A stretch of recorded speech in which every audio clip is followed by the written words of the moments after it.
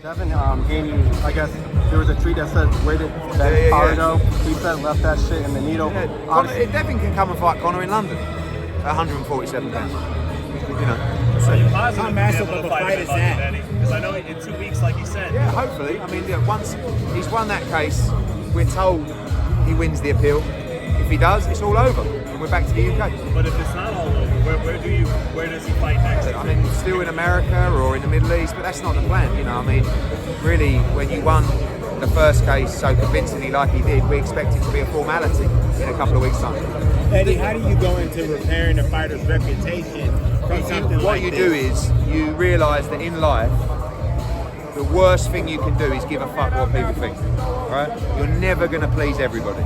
So if you are a good person, you've got a clean heart, you just have to live your life.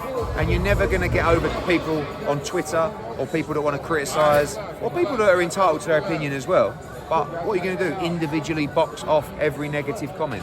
You just got to fight. You know, if he's telling the truth, which we believe he is, then really inside he'll know that he's got a clean heart and he can go and live his life. So I will say it's nearly been 2 years since that test as well. He's been through a hell of a lot, and hopefully just a couple more weeks to go. With that performance, Jerron Ennis and the UK, long way. You know, even before that performance, and Conor's calling out Jerron Ennis and Crawford.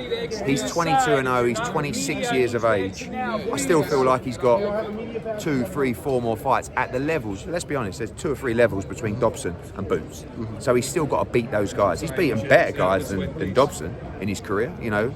But he still needs to beat those good guys, and whether that's a Kell Brook, whether that's a Liam Smith, whether that's a Chris Eubank Jr., they're the guys that if he beats them, I think he can start mentioning those names. But that's not a performance that's going to tell you he's going to beat Boots or Crawford. What is it that gives you pause for Ennis, but not for a Haney fight at 147 or Eubank at 60? I just think that, Eubank's not very good, and is nowhere near the likes of, Haney and, Boots and Crawford in terms of ability, but he's big. That's the biggest challenge, is you've got to go in with a middleweight. Boots I rate as a pound.